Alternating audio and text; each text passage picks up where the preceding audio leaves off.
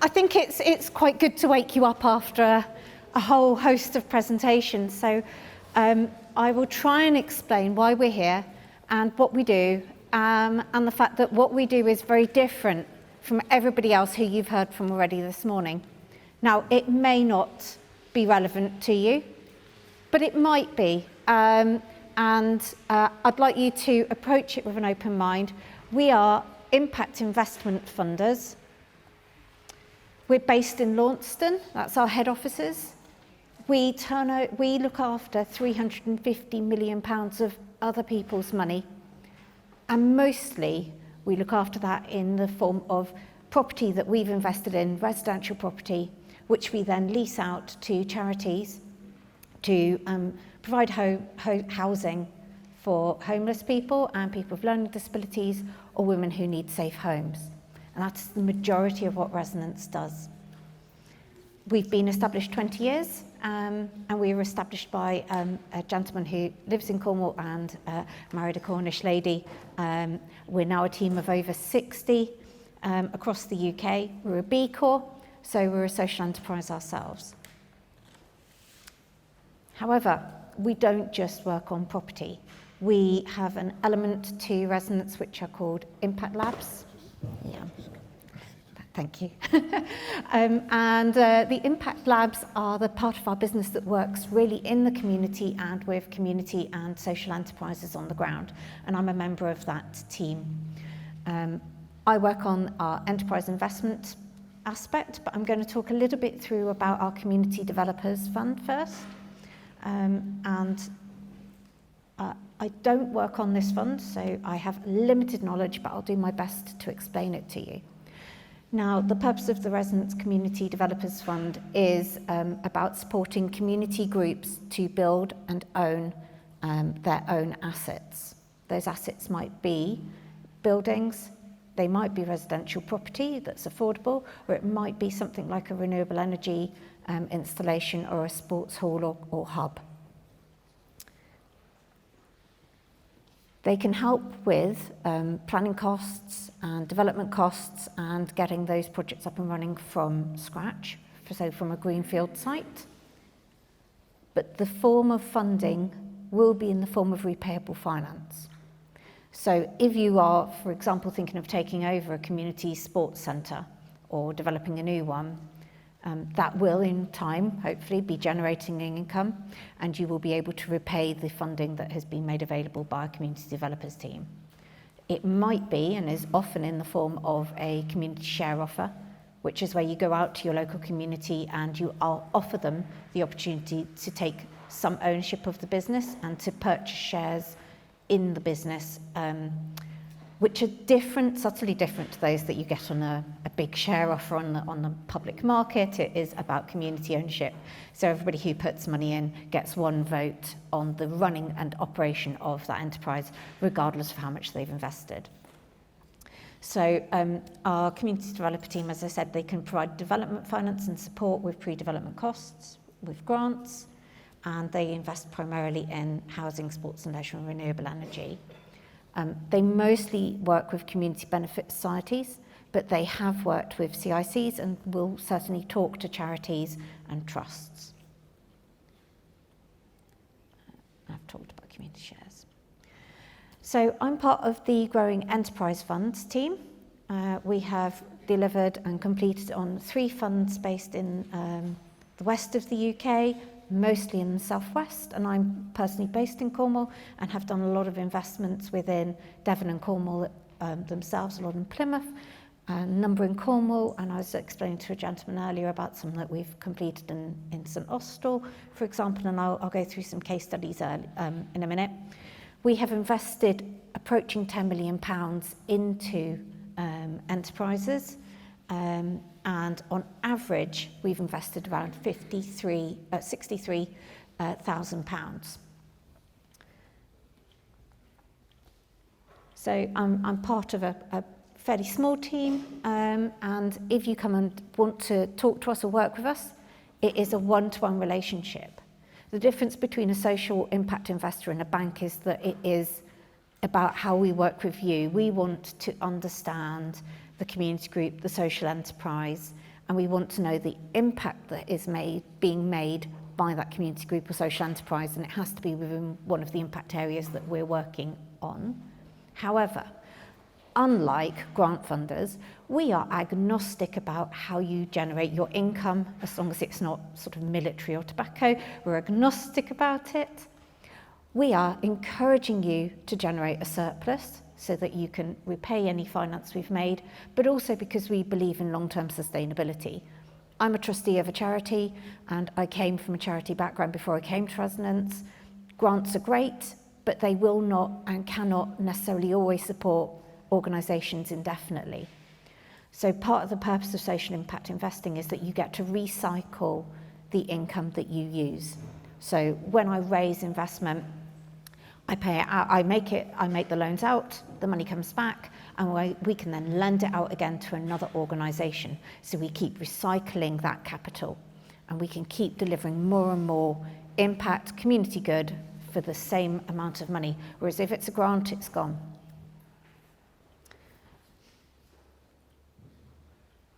We don't only run our own funds, we're partners on some other impact funds run by other impact funders within the UK, and I've deliberately picked out the Energy Resilience Fund to talk about today because I think it might be of considerable interest to a number of organisations here. The purpose of the Energy Resilience Fund is to provide repayable finance alongside some grant where relevant to support community groups to manage their energy costs. So they can provide the upfront finance in the form of a loan to pay for your energy efficiency measures or your renewable energy measures on your church, on your community building, in your community centre. You can get free a grant to pay for an audit, or they can send out an auditor to come and have a look and see what's needed to make sure that it's sensible to progress with it. No impact investor wishes to make investments that are going to bring an enterprise down or cause undue financial distress. So it's in our interests and everybody we work with's interests to make sure that an investment works financially as well as creating an impact. So the Energy Resilience Fund can be used for energy efficiency measures, or it can be used for renewable energy costs. So it can put in an air source heat pump or solar panels, but it can equally be used to insulate a roof or improve your radiators. You will need to understand the amount of energy that you've used. And again, like the other funding, you need to be able to demonstrate an impact and a community focus as part of the application. So how will that help you do more of what you're already doing? Again, unlike other funders, there is typically a fairly broad and easy way to apply. This particular fund has quite a lengthy application form and asks for quite a lot of information, but you again can work with us directly to help pull all of that together, and we can come out and visit you and talk to you, have video calls. We're available. You're probably wondering what the terms of this sort of finance is. With the Energy Resilience Fund, they are typically charging around 6.5% to 8.5% interest on the loan, and your loan might be £50,000 if it was like a big installation, and you might get a £20,000 grant, and then you would have typically 5 years to pay that back. But if you're saving on energy bills of £15,000 to £18,000 a year and getting them down to £2,000 to £3,000, you can see how financially that would make sense. So if you're in that sort of a situation, it's absolutely worth looking for. We're also partners on the Recovery Loan Fund. Now this fund really works with the largest enterprises. So your minimum turnover needs to be £400,000. Now I don't know if anybody here today is in that category, but if you are and you need finance or funding to pay for something, say your grants pay in arrears and you have to fund them up front, or you have a contract with a local council that pays in arrears, which is very common with European funding, but is also now common with shared prosperity funding or Innovate UK, then you can apply to the Recovery Loan Fund via ourselves, and we can support with an application for £100,000 to £1.5 million of investment. They do have grant funding also available around cost of living. So if you are supporting people in a community who are particularly impacted by cost of living, then as part of a recovery loan fund application, you can apply for a small grant to work alongside it to provide those cost of living support. They are agnostic on where and how impact is created. So it's fine if you work in the community, it's fine if you work in the environment, it's fine if you work in the health space, but they need to see evidence of the impact.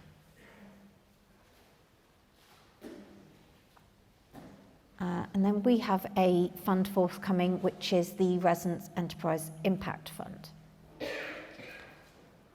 We are taking inquiries for this at the moment, but it's not yet live to make investments.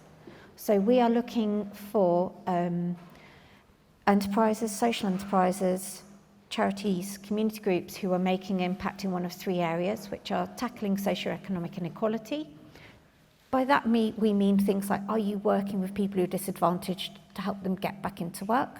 Are you providing them with training? Are you working with low-income families to help them generate, find ways to become more resilient? And, for example, are you getting a contract from the council to help you do that?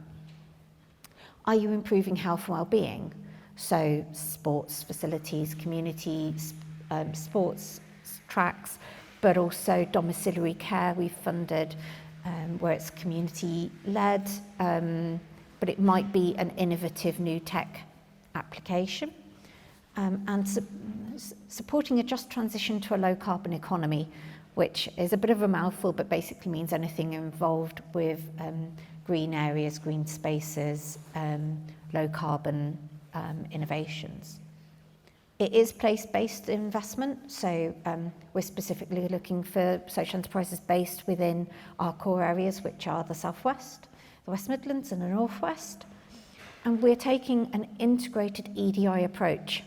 So we are specifically working with external inclusion partners to work with enterprises who might be led by people who are less likely to approach us for funding, be that due to race, sexuality or disabilities, and they can work directly with organisations who meet those criteria to support them through the process. But we've also lowered the bar on all of the aspects of our processes to make it easier for everybody to apply. There's no application form. It starts with a phone call or a video call or a meeting, and we take it from there. The way that the fund works is that I can't go into it into too much detail due to financial regulations. However, basically the investors get a tax break on their investment. So you repay the capital, and that's how they get their interest. And we have developed a completely flexible product suite which reflects the feedback we've had from our previous funds, which I'll talk about next. So we have 4 products, and I appreciate that's probably a bit small for you to read, but that's okay, I'll talk you through them. So the smallest amount of investment available is £20,000, and those we're calling launch pads. We've used those before. They will last from 3 to 5 years, typically around 4 years, and they are to help organisations who've never taken on repayable finance before to give it a taste without getting in too deep too quickly. And it might be a good way to trial something that you're thinking of doing and then coming back for a larger investment if it works well. So, for example, you'd like to open a cafe that you've already been trialling running on a Saturday, and you would like to start running that 4 or 5 days a week because it really helps with connecting with older people in your community.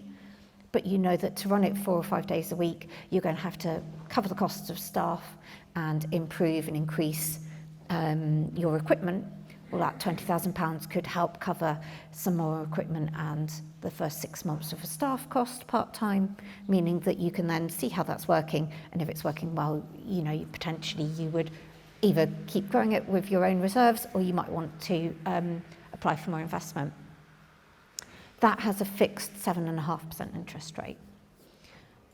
We have unsecured loans which are from 50 to £200,000, and they are on flexible terms, so they can last from 3 to 10 years. So they can be quite long terms if it's needed to repay the capital.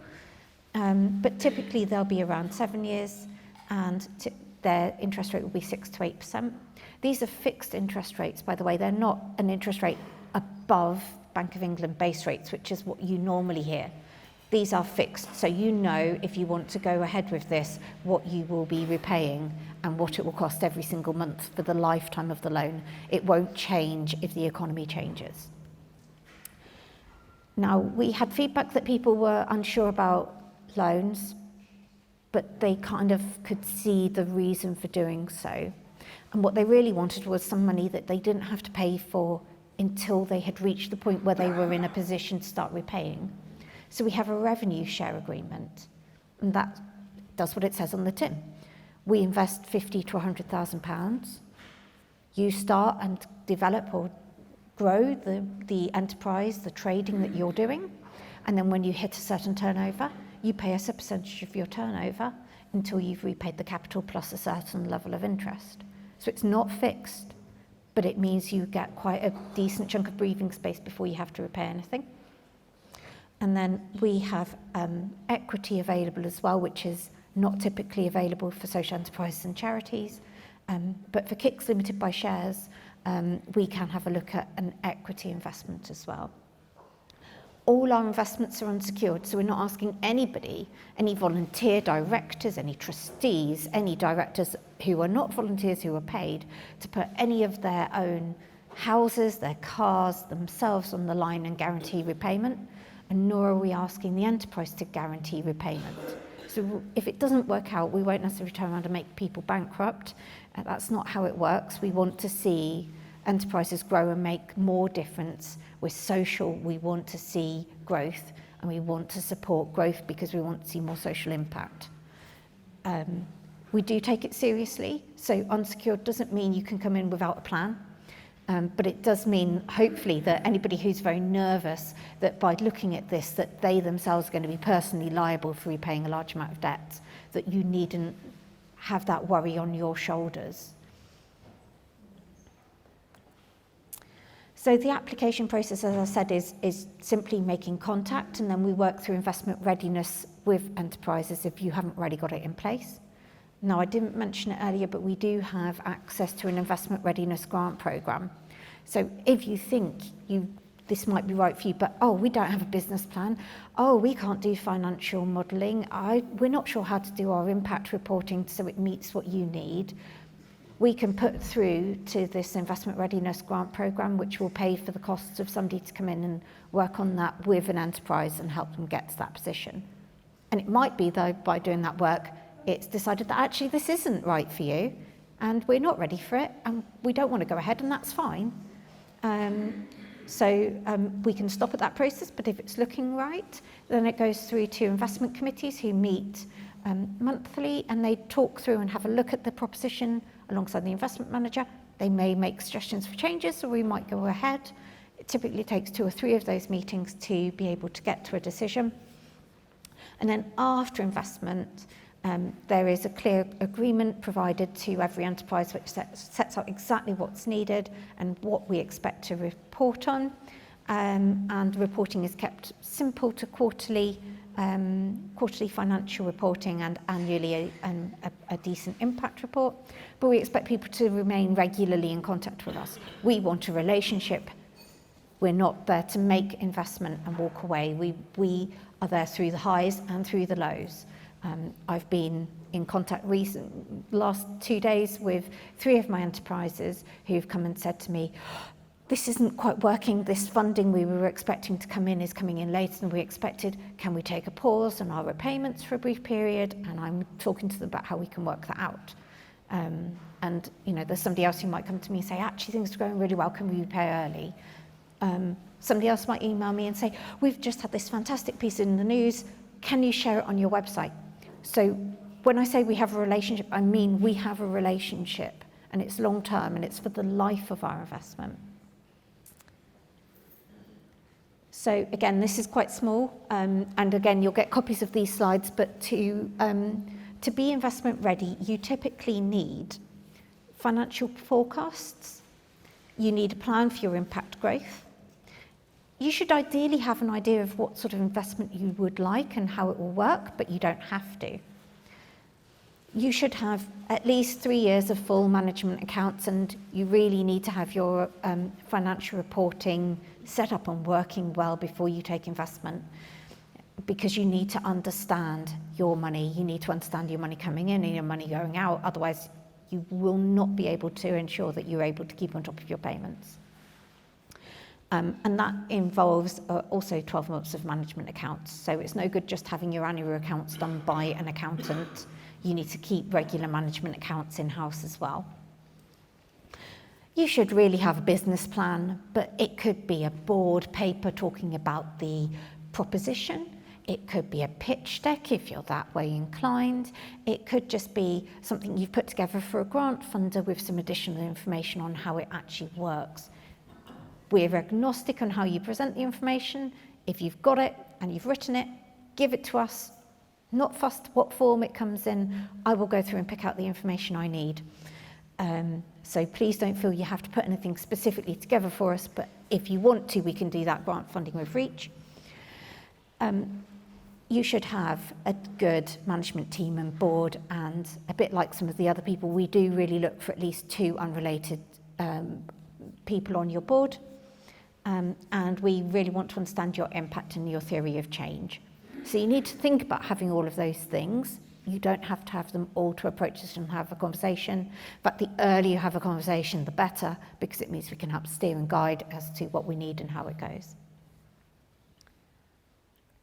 So just to recap, you have to be eligible for us, you have to be trading, you have to meet at least one of the impact themes, you have to be able to grow, and you have to understand that this is repayable and unsecured, and we expect regular engagement with everybody that we work with. So I'm just going to touch on how this works in reality, because it's all very well talking through numbers and figures. Here are some examples from a fund that we were running in the Southwest till 2022, and some examples of our investees. So St Austell Leisure, that's not the Better Leisure Centre in the heart of St Austell that you might know of. St Austell Leisure took over what was the rugby club's gym. The rugby club were having enough of their gym, they didn't want to run it, it was causing too many headaches. And the manager of that rugby club said, I think I could run this, and I think I could run it better than the rugby club have been doing. And he's turned it into a proper, decent, community-driven leisure centre, using some investment from us. We invested £65,000 so he could improve and upgrade the equipment. And he now runs multiple classes for the over 50s, youth outreach days, has kept his prices low, and has really involved the members in the running and delivery of a community-led leisure facility. And he's one of our biggest fans, I have to say, and we think what he's doing is fantastic. Carrot Community, they're a Christian-led domiciliary care agency based in St Austell. When they came to us, they were relatively new. They were turning over £80,000 a year. They have gone on to win because of the ethos of their care provision, which is what we bought into. Multiple new contracts, and they now have a turnover of over £1.5 million in the course of 5 years. They wouldn't have been able to do that without investment to help them recruit and grow the number of carers and deliver more of what they were doing. Memory Matters. This is a memory cafe based in Plymouth on the High Street, Moments Cafe. They set that up with a £10,000 loan from us and a £10,000 grant. Then they took on a further £50,000, and they have got one of the busiest, most lovely cafes in the heart of Plymouth city centre with a dementia hub over the top, and they have dementia outreach, and they have done that with a blend of investment from us and grants elsewhere, but they have trading income because of the cafe. Again, social investment has been a key part of their purpose, and they are talking to us potentially about further investment in future to grow some of what they're doing. So I want to illustrate, none of these are big, flashy organisations. They're all day-to-day, community-led and driven enterprises who could see how some repayable finance as part of what they were doing could help them grow and deliver more impact, generate more income and make them more sustainable, and that's what we're all about. So that's me just about done, and I'm open to any questions.